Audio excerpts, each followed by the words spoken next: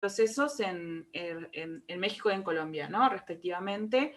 Y bueno, y cómo llegan justamente a esta situación de emergencia sanitaria, que es también emergencia educativa, y de cómo todo se traslada a lo virtual, y cómo las leyes y los procesos de reforma están incidiendo en eso, ¿no? También hablábamos un poco que cómo el tema de cómo incide la discusión. Pero bueno, yo veo que ya estamos live en YouTube, así que creo que directamente voy a presentar la mesa, el panel de hoy, a todos los que nos están escuchando en directo y quienes están también en la sesión en Zoom. Bueno, mi nombre es Mariana Fossati, me acompaña Patricia Díaz, Carolina Botero y Salvador Alcántar. Y esta mesa trata sobre el derecho de autor y las restricciones de derecho de autor como un obstáculo para de algún modo encarar la situación de emergencia sanitaria, sobre todo su impacto a nivel educativo. Y de lo que vamos a hablar un poco es de las experiencias que hemos vivido en Uruguay, en Colombia y en México respecto de los cambios legislativos en el derecho de autor de los últimos años que de algún modo nos han traído hasta acá, hasta esta situación en la que estamos hoy, que es la que desde el punto de vista legislativo y desde el punto de vista de políticas y de proyectos de acceso al conocimiento nos permite o nos obstaculiza encarar la situación, ¿no? Tener una respuesta adecuada o inadecuada o difícil, desafiante frente a la pandemia. Así que bueno, para hacer una breve presentación de cada uno, solamente decirles que bueno, yo soy integrante de Creative Commons Uruguay, también participo en proyectos Wikimedia, trabajo también en la Asociación para el Progreso de las Comunicaciones, APC. Salvador es abogado, es integrante de Wikimedia México y de Creative Commons México. Carolina es abogada, directora de Fundación Carisma y con sede en Colombia. Patricia Díaz, también abogada, también integra Creative Commons Uruguay y el proyecto Datisoc, Laboratorio de Datos y Sociedad, en la que yo también la acompaño, bueno, donde estamos empezando un proceso de investigación en estos temas. Yo soy la única no abogada de este panel, así que, pero he aprendido un montón en compañía de abogadas y abogados en estos temas, así que bueno, tal vez las precisiones más técnicas no las pueda dar, pero bueno, estoy muy bien acompañada. Así que bueno, después vamos a hacer nuestras breves presentaciones, entre Patricia y yo vamos a hablar más o menos 15 minutos, 10 minutos Carolina, 10 minutos Salvador, y después el resto del tiempo vamos a dedicarlo al intercambio. Así que bueno, sí pueden dejar comentarios en el chat. Y bueno, si estamos preparados, vamos a dar comienzo. Voy a cambiar de mi rol de moderadora a panelista brevemente, para darles una introducción a la situación de Uruguay actualmente en relación a la normativa de derecho de autor y a los cambios que hemos experimentado en los últimos tiempos y sobre todo las luchas y las discusiones que hemos dado por tener una ley más equilibrada y más acorde a los tiempos y es la ley que bueno, que hoy tenemos y que justamente la vemos como un obstáculo para enfrentar las situaciones más de emergencia sanitaria y en este caso también educativa. Pero bueno, primero contarles lo más reciente que no ha sido para nosotros para nada una buena noticia, que fue la extensión del plazo de copyright en Uruguay, de derecho de autor y derechos conexos, a 70 años, post-mortem, digamos, en el caso del derecho de autor, y de 50 a 70 años desde la fijación de la obra para derechos conexos, fonogramas, radiodifusión, intérpretes y ejecutantes. Este cambio que se dio en diciembre de 2020 fue como un cambio muy expeditivo, muy rápido, que se discutió durante el año pasado, que fue un año electoral, pero que no parecía que iba a llegar a concretarse, pero finalmente ocurrió en la última semana de sesiones del Parlamento de Uruguay, antes de cambiar el periodo de gobierno, y se votó además el mismo día en las dos cámaras, tenemos un sistema bicameral, algo que es como que es muy poco usual en Uruguay, y esto pasó con un lobby muy fuerte de los titulares de derecho de las entidades de gestión colectiva y de los representantes de los intérpretes también. Y bueno, esta extensión de plazos de 20 años, de algún modo, bueno, nos pone como en un nivel más parecido, más similar en términos de la duración del plazo en la región, pero hace que una gran cantidad de obras y grabaciones que en Uruguay estaban en dominio público vuelvan a dominio privado, y eso, a nuestro entender, aumenta las barreras al acceso a la cultura y a la educación, y tampoco fue una verdadera solución a las problemáticas y las necesidades de las y de los artistas y de las personas que trabajan en torno a la creación. Esto de algún modo se planteó en un momento, si lo conectamos con una idea como de emergencia, que se construyó en ese momento, una idea como de atender las situaciones que tienen que ver con la vejez o con los últimos años de vida de los artistas. En el caso, sobre todo, evidentemente, de quienes, de los intérpretes ejecutantes, porque para los autores esta ampliación era después de la muerte, entonces sus beneficiarios más bien son los herederos, pero no se hizo ningún tipo de estudio previo de impacto. Nosotros insistimos bastante desde las organizaciones que nos opusimos a esta reforma, pero no se basó en ningún estudio ni en ningún análisis previo, y eso es algo que también me gustaría preguntarles a Carolina y Salvador de las realidades de México y de Colombia, en cuánto pueden llegar a incidir este tipo de estudios o qué podemos hacer para que se utilice o se trate de pensar en estudios de impacto y en evidencia respecto de los impactos.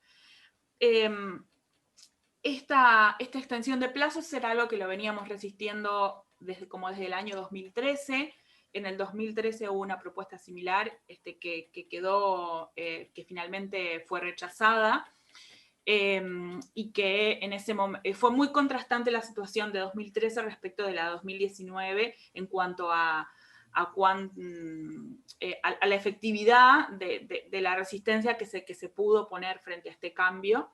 Es otro tema que nos lleva como a reflexionar bastante en términos de la ortodoxia actual, el maximalismo que impera en las concepciones sobre el derecho de autor, y que, bueno, nos dejaron como un sabor bastante amargo a finales del año pasado, un desgaste importante, y este año, junto además con el tema del coronavirus, nos ha encontrado un poco más desactivados en cuanto al activismo en este tema. Pero además este proceso, este periodo parlamentario que terminó con no muy buenas noticias para el interés público en cuanto a la propiedad intelectual, fue un periodo que sí tuvo algunos avances interesantes, solamente que esos avances finalmente no se concretaron en una ley efectiva de limitaciones y excepciones al derecho de autor que hubiera generado un equilibrio, un mejor equilibrio legislativo, normativo, para enfrentar hoy en día las situaciones nuevas que ha planteado la pandemia con respecto al acceso digital a los materiales de estudio. De hecho, la ley vigente en Uruguay, en cuanto a su capítulo de excepciones y limitaciones, no contempla la realidad de la educación en línea, de los repositorios, de las bibliotecas digitales, de las bibliotecas en espacios físicos tampoco, básicamente no hay excepciones para bibliotecas, y las pocas excepciones para educación que existen tienen que ver con cuestiones como muy obsoletas o muy mínimas, como por ejemplo poder representar o cantar, ejecutar una obra en un recinto escolar, o la difusión por radio de contenidos educativos hasta cierto punto, pero bueno, en fin, no hay, para nada está presente en nuestra ley la realidad de la educación en línea. Estos años, entre 2014 y 2019, en el último periodo legislativo, estuvimos trabajando junto con otras organizaciones, como bueno, la Universidad de la República, la Federación de Estudiantes de Uruguay, la Asociación de Bibliotecólogos, la Asociación de Archivólogos, en coordinación también con el Consejo de Derechos de Autor del Ministerio de Educación y Cultura, en promover un mayor equilibrio, un mejor equilibrio y nuevas excepciones que tomaran en cuenta la realidad de la educación y que también, de algún modo, nos sacaran de cierta excepcionalidad que tiene el Uruguay en este sentido, un país que tal vez tiene avances y progresos en muchos aspectos de la agenda de derechos, y en está como tan limitado, tan atrasado en cierto sentido, y bueno, una fuerte oposición de la Cámara del Libro, de la gestión colectiva, en nuestro caso es AGADU, hicieron muy difícil seguir avanzando. La ley de excepciones el proyecto de ley de excepciones y limitaciones para educación logró media sanción, en una sola cámara se votó afirmativamente, con bastante apoyo social y con bastante, con la idea de que era realmente un avance, y luego se quedó trancado, se quedó sin poder avanzar más en la otra cámara, en la Cámara de Diputados, ahí sí, con una gran resistencia y un despliegue mediático de la Cámara del Libro, de AGADU y de actores que se alinean desde una perspectiva muy maximalista de los derechos de autor. Si bien se intentaron diversas negociaciones para contemplar, digamos, las objeciones que pudiera haber a las excepciones que estaban planteadas, finalmente ese debate, esas negociaciones no llegaron a buen puerto. Incluso los actores institucionales de la educación, que en Uruguay son la Universidad de la República, la Administración Nacional de Educación Pública, con apoyo del Consejo de Derechos de Autor, o sea, todos actores institucionales estatales intentaron impulsar esta ley como hacia el final del periodo nuevamente, con algunas sugerencias de cambio, y no lo lograron. No lograron que se tomara de forma tan expeditiva y tan urgente como la otra modificación, que fue la de extensión de plazos. Y así es que, llegamos a la situación actual, con una ley que nunca fue revisada y adecuada desde una perspectiva de derechos humanos. Sí fue adecuada desde la perspectiva del comercial, a partir de que Uruguay en el 2003 entra en la OMC. Perdón, en 2003 se hizo una modificación para armonizar la ley con respecto a los ADPIC. Pero bueno, además tampoco hay, desde el punto de vista de los autores, si se quiere, no hay tampoco una regulación que tenga que ver con los contratos. En definitiva, la legislación no ha abordado, a nuestro entender, una reforma integral con una perspectiva de derechos humanos. Seguimos creyendo que el camino va por el lado, de lo que ha recomendado en su momento la relatora especial sobre derechos culturales, Farida Yahid, hace unos años en el Consejo de Derechos Humanos de la ONU. Ese es un poco como nuestro marco, pero no hemos logrado como ser convincentes en este sentido. Y en nuestro país no se han evaluado de forma crítica las demandas de las cámaras empresariales y sectores corporativos que buscan que el copyright sea aún más restrictivo, y parece que estos fueron como los únicos actores que han tenido realmente capacidad de hacer una presión efectiva en los últimos años. Y así es que llegamos a este escenario de pandemia. Las escuelas y las bibliotecas estuvieron cerradas por un tiempo, entre marzo y junio aproximadamente, si recuerdo bien, y la educación se trasladó primordialmente a plataformas en línea. Y hoy en día la educación en línea sigue siendo un apoyo para contener la emergencia sanitaria, pero digamos como que en este momento no hay un debate en torno al acceso a los contenidos educativos, y a cómo las plataformas, las bibliotecas pueden facilitar que se estudie desde casa, o que se estudie de forma semipresencial. No ha habido controversias, escándalos, polémicas en estos meses, pero bueno, esto no significa que porque estemos en pandemia esta conversación no se pueda dar. Por ejemplo, en México se ha dado, ahora nos va a conversar un poco Salvador, pero consideramos que la legislación actual no es una herramienta con la cual se puedan hacer políticas para el acceso al conocimiento en épocas de emergencia sanitaria que se refleja en la educación. Así que bueno, tenemos esta realidad legal que de algún modo es paralela a otra realidad más fáctica, en la que sí ha habido avances significativos en el acceso al conocimiento en Uruguay, más por la vía de los hechos, por la vía de la construcción de diferentes proyectos, repositorios, etcétera. Así que bueno, eso es de lo que nos va a hablar un poco Patricia. Así que bueno, adelante, Patricia. Muy bien.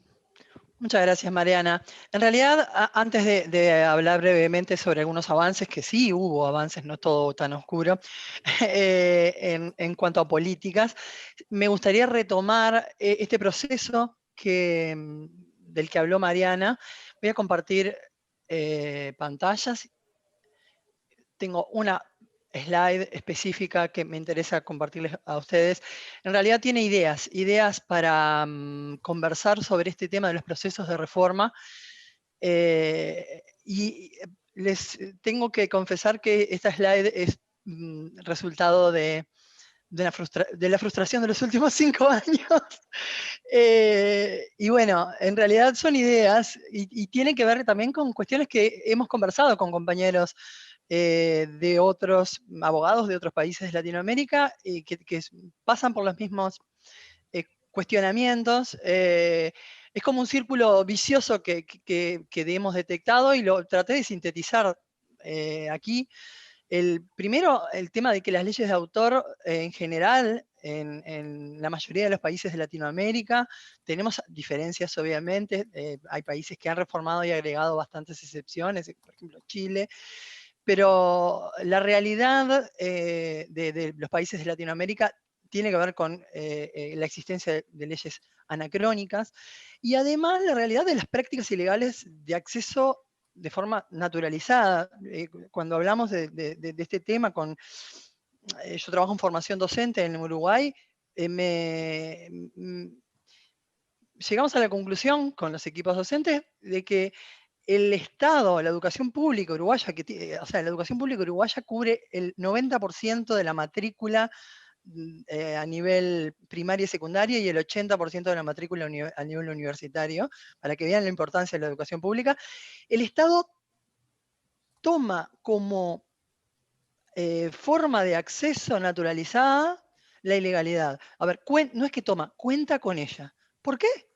Y básicamente porque no toman la agenda, a pesar de que hay varios actores, como decía Mariana, que en algún momento hubo un impulso ahí, pero no es una agenda que realmente se pueda impulsar de forma seria y no es primordial. ¿Por qué? Porque el acceso hoy de forma ilegal es algo que es natural y se ha naturalizado y no es un problema. Hay otros problemas, y es cierto que hay otros problemas que acucian a la educación pública, pero tenemos las prácticas ilegales totalmente naturalizadas, los intentos de reforma con un alto nivel de politización en el debate. O sea, no hay una escucha real a cuestiones técnicas de derecho, de estudios de impacto, como nombraba Mariana, y no solo eso, los argumentos en contra de las reformas no son jurídicos. A ver, el argumento Google es ahí, el número 1. A los que impulsan las reformas los está financiando Google. Es muy loco escuchar eso como argumento en un debate de reforma del copyright. Otros argumentos tienen que ver con el factor simbólico de las excepciones. No con su necesidad desde el punto de vista jurídico, equilibrio de derechos culturales, no. La gente va a interpretar las excepciones como un vale todo, por lo tanto nos resistimos a ellas. No es un argumento jurídico, es un argumento que está en el campo fáctico. Y luego el tema de la politización en el debate y en las negociaciones, que termina siendo un juego de poder, lamentablemente. Otro factor importantísimo es la falta de alfabetización básica en derechos de autor, que en varios sectores del sistema, en las autoridades, en los propios actores que no se sienten interpelados como que existe un problema. Hablo de estudiantes, docentes, instituciones educativas. Tenemos un lack, una falta de copyright literacy bastante importante, y eso es todo, forma parte de la misma rueda que va girando. Y algo que, y ahora entrando en tema pandemia, algo que nos preocupa es el tema de los riesgos. O sea, el concepto de inseguridad jurídica que genera todo, la existencia de leyes prácticamente incumplibles, pensando, por ejemplo, en el sistema educativo o en el accionar de las bibliotecas, y que esos riesgos se transfieren a estudiantes, a los docentes, a los bibliotecólogos, ¿ah? Y el aumento del riesgo, el aumento del riesgo inclusive desde una concepción tipo Ulrich Beck de la sociedad del riesgo, el aumento del riesgo en estos actores más débiles, ¿no? Porque si el Estado o las instituciones públicas o el Parlamento no toma este tema como dentro de su agenda, lo que está haciendo indirectamente es trasladar el riesgo a otros. Y hoy, en 2020, pandemia mundial, el hecho de que la educación salga de la intimidad del salón de clase, de la intimidad de compartir una presentación, que en Uruguay no tenemos ni siquiera una excepción para poner una imagen con fines de ilustración de la enseñanza. A ver, no tenemos, tenemos la cita y la ejecución y representación de obras en recintos escolares. Ya proyectar una película no está prevista como excepción al derecho de autor. Bueno, pasemos eso a aulas virtuales y dejémoslo por escrito y dejémoslo en blogs, a veces abiertos, en espacios, los docentes utilizan cada vez más, en estos momentos obligados, se están trasladando las prácticas de compartir o de diseño instruccional de materiales, las están trasladando a Internet. Aumenta obviamente el nivel de riesgo y bueno, hay que estar atentos a eso. O sea, no me cabe la menor duda que van a empezar a salir si esto se mantiene, y se mantiene no solo por la pandemia, sino porque hay un cambio enorme cultural a nivel mundo en cuanto a las prácticas educativas. Estoy segura que esto se viene y se queda. Van a surgir casos y en realidad van a surgir casos que ojalá que sirvan para visibilizar el problema. Hablando del problema, bueno, esto es en cuanto a las reformas o a lo que tiene que ver con excepciones y limitaciones, pero me interesa también comentarles que tenemos políticas, varios de los países, Uruguay por ejemplo en este caso, tiene políticas de acceso abierto y de educación abierta que entendemos que han servido, pero insisto, son un parche. Esto es un ecosistema. Esto es un ejemplo que ven acá, son los 2 portales de recursos educativos más importantes a nivel primaria y secundaria y educación técnica, más importantes de nuestro país, y son portales de recursos educativos abiertos. Estamos actualmente trabajando con Virginia Rodés en nuestra investigación sobre el rol de la educación abierta en tiempos de pandemia. Es en el marco, en realidad, de una investigación que está llevando adelante el Centrum Cifroe de Polonia, con otros países como Grecia, Uruguay, Corea, Italia y Polonia, en los que estamos llevando adelante, esto es un adelanto de, por ejemplo, con respecto al mismo periodo del año pasado, ¿qué pasó en los repositorios educativos? Explotaron, básicamente. Si ustedes ven las estadísticas, el repositorio de Ceibal de Uruguay cuadruplicó el uso de los recursos educativos. El repositorio de Uruguay Educa lo duplicó. La cuestión es esta, los docentes, y eso es otro descubrimiento que adelanto, que los docentes no tienen ni idea que están usando recursos educativos abiertos.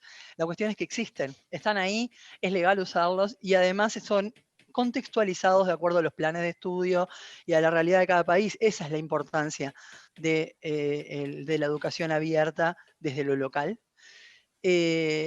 pero este uso, así como se disparó este uso de recursos educativos abiertos, no relevamos, pero es seguro que se disparó el uso de cualquier recurso que circula en Internet con fines educativos, inclusive con todos los derechos reservados. Inclusive, a ver, después está bueno conversar con los abogados de otros países. A mí me llovieron consultas de las bibliotecas en tiempos de pandemia porque había una presión increíble por solicitudes de digitalizar algunos materiales para disponibilizar, libros que son un must en determinada currícula, o hubo una presión generalizada sobre los bibliotecólogos, eso yo lo llegué a percibir porque era moneda corriente, me llaman, el director del instituto me llaman desde los docentes para pedirme que disponibilice determinado contenido, y ellos ya saben que es ilegal, es simplemente llamarme a mí para confirmar que era totalmente legal lo que les estaban pidiendo. Esto, el tema de la existencia de políticas de acceso abierto es importante, pero forma parte del ecosistema. A lo que voy tenemos que sanear el ecosistema. El ecosistema se conforma por políticas y por unas leyes equilibradas. Y bueno, básicamente trato de terminar ahí. Hay varias otras cosas que tenía ganas de contar, pero lo podemos dejar para la conversación al final. Dejo de compartir pantalla y le paso la palabra. No sé cuál de los dos ahora, Mariana, vos decís. Bueno, vamos con Carolina. Bueno, pues buenos días y muchas gracias por esta invitación. Fui feliz de estar aquí después de toda la preparación del Congreso. Estar en una sesión de invitada es todo un honor. A mí me dijo muchas cosas, Patricia, que me quedó en la mente y que quisiera compartir. Sí, en Colombia tenemos un proceso de discusión de las reformas al derecho de autor que arrancó sorpresivamente con lo que nosotros conocemos como la ley Lleras en 2011, pero que fue bien complicado porque era una ley sobre exoneración de responsabilidad para intermediarios de Internet, que tiene que ver con trasladar a la legislación colombiana el proceso de la DMCA, de notificación y retiro que ahora todos vemos en Internet cuando vemos que algo aparece que no lo puedes ver en tu país o que ha sido bajado por violar derecho de autor. Esa ley tuvo mucha resistencia y la pudimos contener, pero venía como una imposición del TLC y tenía otro capítulo que era el de reforma al derecho de autor, que incluía no ampliación del plazo, porque en Colombia ya tenemos una ampliación más alta, pero todo lo demás. Tenía, ahorita ya ni me acuerdo exactamente cuáles eran las disposiciones, pero esa la resistimos en 2012, la frenamos y regresó en 2018.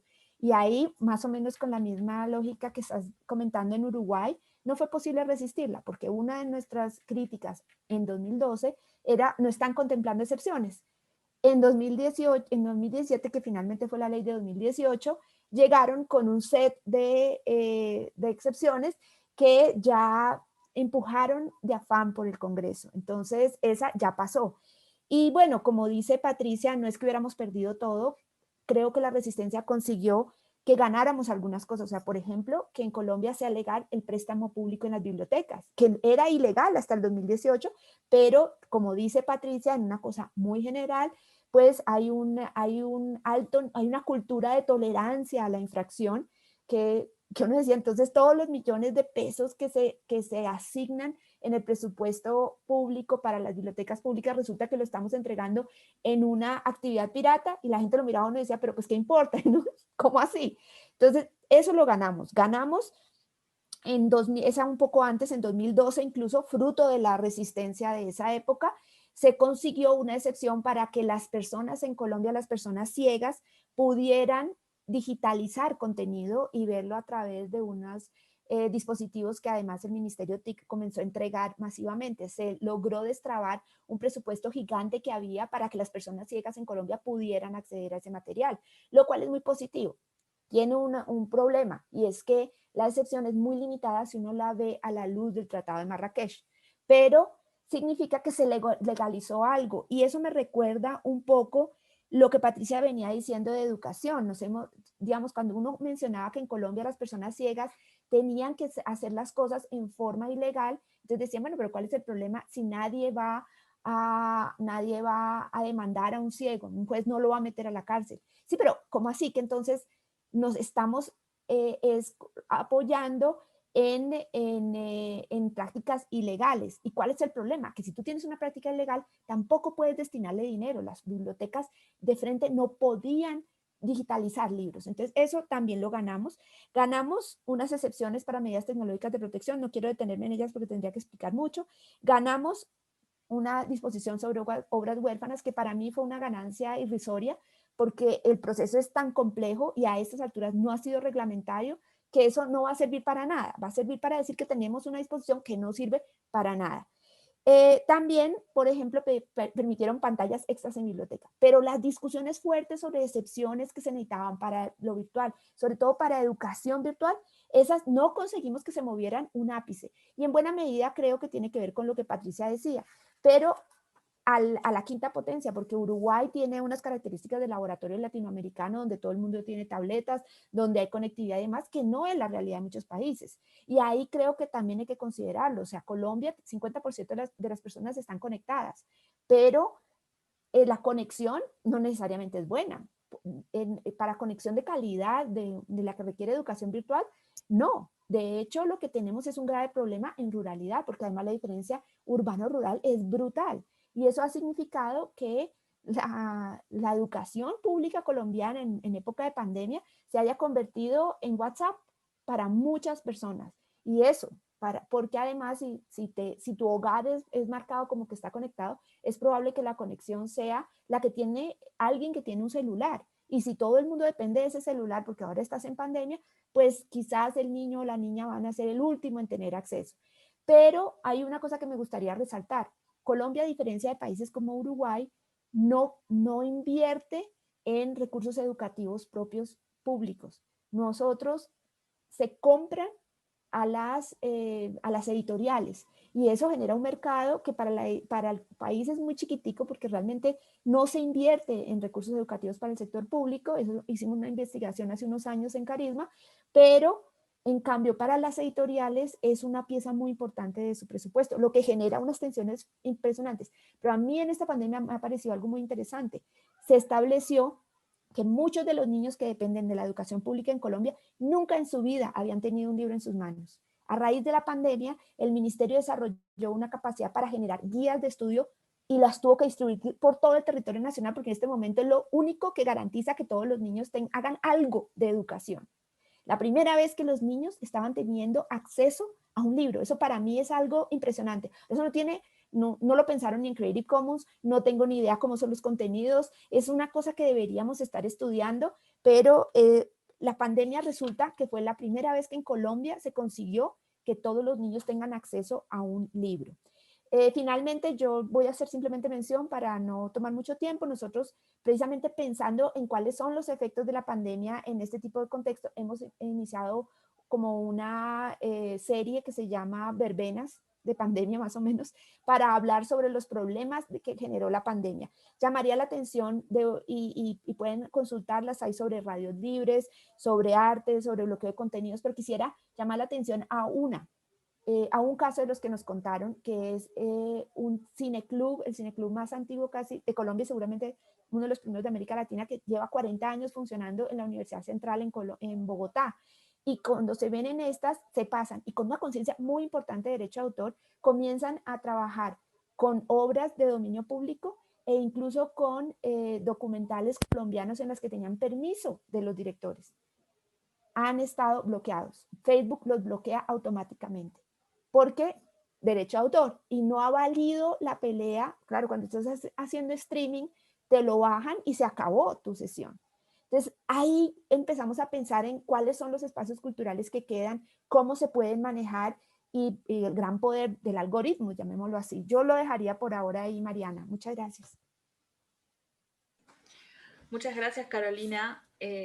Sí, muchísimas cosas interesantes. Me he olvidado mencionar que tampoco todo ha estado tan perdido en Uruguay porque el Tratado de Marrakech se logró reglamentar, una experiencia que Patricia lo estuvo siguiendo de cerca. Pero bueno, antes de pasar a Salvador, solo recordarles que si tienen preguntas o comentarios, está la sección Q&A, preguntas y respuestas, el botoncito que hay en la parte inferior en Zoom. Porque, bueno, las personas que están como asistentes no sé si tienen acceso al chat, pero sí seguro a la parte de preguntas y respuestas. Así que bueno, los últimos 10 minutos por ahí vamos a estar conversando en base a sus comentarios y preguntas. Y también hay un chat en Telegram cuyo enlace lo pueden encontrar en la página de esta sesión dentro de la web del Global Congress. Por si lo voy a poner también en este chat, aunque no sé si todos acceden, pero bueno, en fin, existe un espacio en Telegram para seguir conversando cuando termine la sesión. Así que bueno, le voy a pasar la palabra entonces a Salvador. Hola, buenos días. Bueno, pues la situación de México no es nada diferente a las situaciones que ustedes vienen describiendo. En muchos casos bastaría con cambiar pues el nombre de su país por el de México y coincidimos bastante en la situación mexicana. La Ley Federal del Derecho de Autor de México data de los años 90, específicamente de 1997. Realmente es una ley anacrónica, como también bien describió Patricia en su resumen de las situaciones latinoamericanas. Eh, y es una ley que simplemente se ha tratado de actualizar mediante reformas parciales, es decir, nunca ha habido una reforma integral que genere una presentación de la Ley Federal de Derecho de Autor a la época digital, a la época tecnológica. La más reciente fue esta de que nosotros le apodamos de ni censura ni candados, que precisamente trató de integrar los conceptos digitales, pero siempre bajo la perspectiva comercial y totalmente del derecho de autor. Y a veces ni siquiera, perdón, del autor, ni siquiera del autor, más bien de los gremios autorales, más bien de la industria editorial, de la industria discográfica, porque también hemos recibido muchas quejas de los autores de que no se sienten representados ni por esa reforma, ni por las sociedades de gestión, ni por las empresas disqueras o empresas editoriales. Entonces realmente es el corporativismo el que ha impulsado las reformas al derecho de autor durante toda su historia aquí en México y por lo tanto, bueno, existe un desequilibrio absoluto como bien decía Carolina, el ecosistema que se debe entender como por derechos de autor. El ecosistema está totalmente desnivelado hacia la presencia del excesivo ejercicio del corporativismo dentro del derecho de autor. Entonces, las cosas como las excepciones, como el dominio público, realmente representan una fracción mínima de la ley de derecho de autor, totalmente desactualizadas y en términos muy genéricos. Las excepciones del derecho de autor, por ejemplo, en México están contenidas en apenas 2 artículos y son algunas expresiones muy genéricas, muy abstractas. Es cierto que el derecho debe ser abstracto, pero creemos que las definiciones que se hacen en la ley mexicana pues son realmente tan ambiguas y tan abiertas que no te dan mucho espacio para entender que tú estás bajo una excepción específica y que por lo tanto puedes ejercer tus derechos a la educación y a la cultura de manera abierta. Por ejemplo, simplemente hay una expresión que dice que tú puedes utilizar libremente objetos o obras protegidas bajo el derecho de autor, siempre y cuando lo hagas sin fines de lucro. Y bueno, siempre he entrado en el debate, bueno, hasta dónde hay lucro y hasta dónde realmente simplemente es una cuota de recuperación, por ejemplo. Alguna vez alguien me planteaba el hecho de que precisamente era un club, como una especie de club de cine, en donde pasaban películas, no cobraban por la entrada, pero dentro vendían, por ejemplo, caramelos, palomitas, cosas para recuperar el costo mínimo que representaba instalarse y por lo tanto decía, bueno, ¿hay lucro o no hay lucro? Mi, mi, mi entendimiento general del derecho comercial, yo no diría que hay lucro porque no tienes una ganancia neta sobre lo que estás haciendo. Entonces, estamos al día a día con las excepciones de esa manera, tratando de reimaginar o llevar al máximo posible esas expresiones tan generales y tan abstractas para tratar de hacer coincidir esas excepciones a los casos concretos. Y desde los 90, pues las excepciones no se han reformado. Entonces, lo más reciente precisamente fue la inclusión también de los conceptos del Tratado de Marrakech para personas ciegas dentro de esas excepciones, que también se agregaron en una excepción muy genérica, muy corta también realmente, pero bueno, al menos tenemos esa concreción y tenemos una expresión muy manifiesta por parte del legislativo mexicano, donde dice que tratamos de tomar el espíritu del Tratado de Marrakech. Entonces, entre esa expresión genérica y un poco atendiendo al espíritu de la reforma, podemos llevar o decir que también México está dentro de esas reformas y eso también es un pequeño éxito. Como decía, casi todas las reformas han tendido siempre hacia la visión corporativista pues de los derechos de autor y hacia la versión gremial representada por las sociedades de gestión, que son esas especies de sindicatos que, bueno, que en México al menos funcionan mucho como sindicatos y que también están en visiones muy retrasadas en cómo debe de verse el derecho de autor. Lo digital se integró a través de esta última reforma que se realizó a finales de julio de este año y que también, igual como me sentí muy identificado con lo que decía Mariana de esas reformas al cambio de la ley Uruguay en los términos de la duración de los derechos patrimoniales. Bueno, aquí estas reformas que también introducían cambios para adaptar a México a lo que es el Tratado Estados Unidos-Canadá, que aquí lo conocemos como TEMEC. Ese tratado trilateral que tenemos en México también integra mucho de lo que antes se conocía como el NAFTA o el Telecan, pero bueno, renovado y con ciertas visiones del derecho de autor simplemente enfocado a evitar lo que se conoce como piratería, es decir, la criminalización de la copia pirata. Que en México también existe una cultura muy fuerte de criminalizar la copia privada, de criminalizar muchas veces hasta el derecho de cita, para llamarlo siempre piratería. Entonces, en México se ha hecho un trabajo muy grande, eso también me gustaría escucharlo de las experiencias de otros países, acerca de ese marketing, ese integrar dentro de la mente mexicana el de hecho de que la piratería es absolutamente mala, que en todos los casos es negativa y bajo ninguna circunstancia, no hay ninguna circunstancia atenuante, cuando realmente las excepciones son circunstancias no solo atenuantes, sino que se desaparece.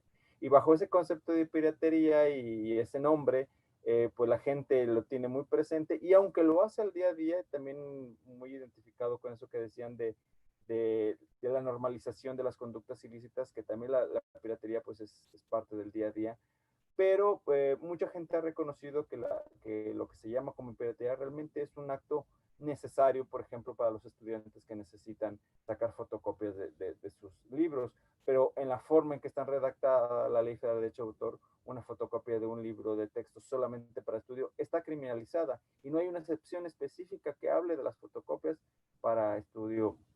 Tal vez podríamos, y nosotros lo que hacemos es interpretar muy abiertamente la excepción que habla de uso no lucrativo y uso personal.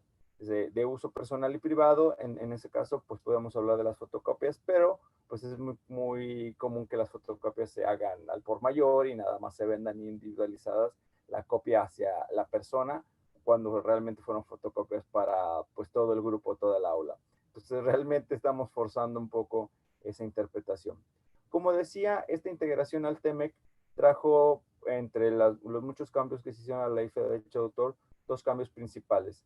La integración del modelo de Notice and Takedown, noticia y retirada, que en México, bueno, ya desde, como dije, en julio de este año están totalmente integradas, y México ya adopta este modelo que nosotros interpretamos en mucho como una forma de censura integrada, porque pues nunca se estudiaron, o por más que nosotros dijimos, insistimos en redes, tratamos de hacer lobby, para insistir que muchas veces ese tipo de figuras pueden utilizarse para censurar discursos no agradables para el régimen político, para un régimen político determinado, o para un autor que cree que eso afecta a su obra, pero en realidad tiene motivaciones de no querer difundirla bajo ciertos contextos o que no querer que cierta persona la difunda, y bueno, eso se puede interpretar como censura. Y esa interpretación no es solo nuestra, bueno, también hay interpretación del Alto Comisionado de las Naciones Unidas para la Libertad de Expresión en ese sentido, tanto en Estados Unidos como en Canadá, y tratamos de replicar todos esos argumentos, presentarlos en México, y bueno, realmente no se nos escuchó mucho, por ahí nos dieron una audiencia frente al Senado, un Zoom que duró apenas unas horas, escucharon con mucha atención, pero al final vimos que nuestros argumentos no se vertieron en absoluto en la reforma. Igual fue una reforma express que duró 2 días apenas, pasó un día en una cámara, otro día en la segunda cámara, el tercer día ya estaba firmada y sancionada en el Diario Oficial de México, por lo tanto ya era ley firme y pues vigente en México. El segundo cambio que también se integró con estas reformas fue la criminalización de la elusión de candados digitales. Es decir, que bueno, todo esto que estas medidas tecnológicas que se integran a los productos digitales para evitar que se copien, al principio era totalmente draconiana, de que cualquier tipo de cambio absolutamente estaba sancionado. A partir un poco de nuestras presiones, un poco de que creo que el legislativo también hizo un poco de reflexión al respecto, se pusieron algunas excepciones muy leves, pero que en lo general todavía hacen que este tipo de ilusiones sigan criminalizando.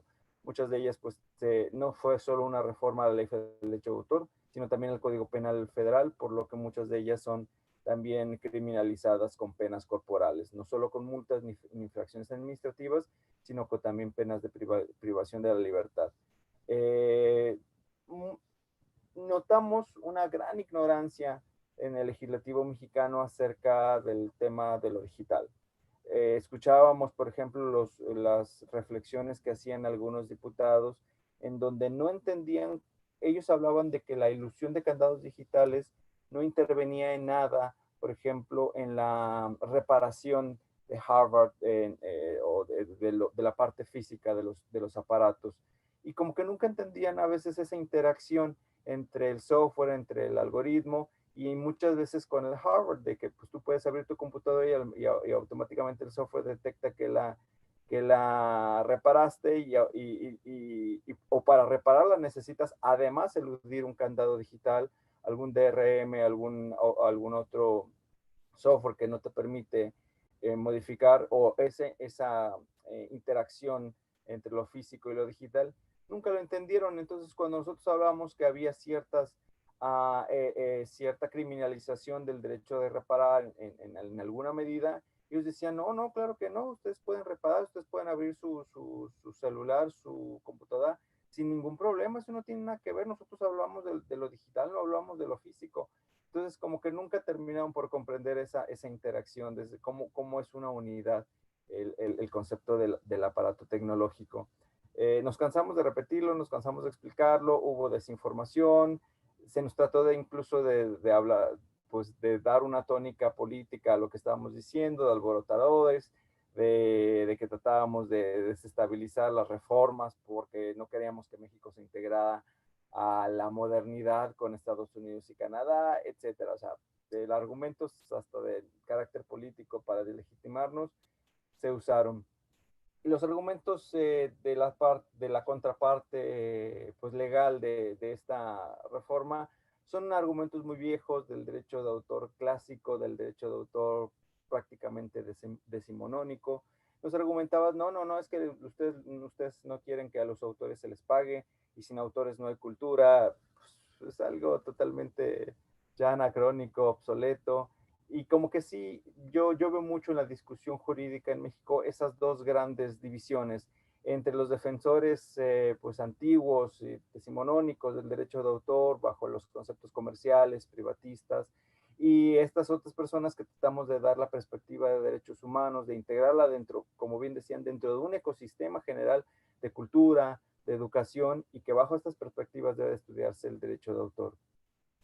El dominio público en México es débil, Salvador, disculpa, perdón solo que me para avisarte excedí. que nos queda, la sesión se va a cerrar sola en 2 minutos. O sea que para que Perdón, si arranques y quieren después corto y discutimos.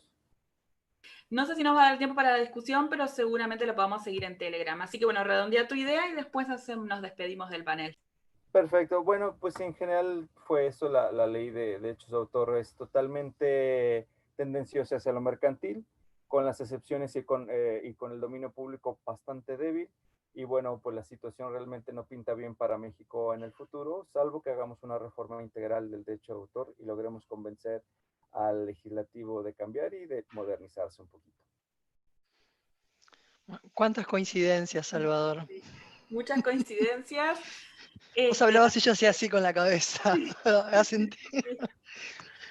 Bueno, no nos queda casi tiempo porque la sesión va a terminar en prácticamente en unos segundos, porque bueno, son unos tiempos muy estrictos. Así que bueno, les invito a continuar en el chat de Telegram. Si ustedes van a la página web del Global Congress y van a la página de esta sesión, van a encontrar el enlace a Telegram y ahí podemos seguir conversando. Había una pregunta muy interesante de Teresa de Portugal sobre el uso de materiales libres, con licencia libre o libres sin licencia o materiales con copyright en educación, que están intentando entender cómo funciona esto en Europa, investigando la cuestión, así que es un tema que voy a poner la pregunta en Telegram para ver si Teresa pasa por ahí y otras personas se unen también a la conversación. Así que bueno, Genial. nos despedimos por acá y bueno, muchísimas gracias por la participación. Chau, chau. Chao. Un abrazo a todos.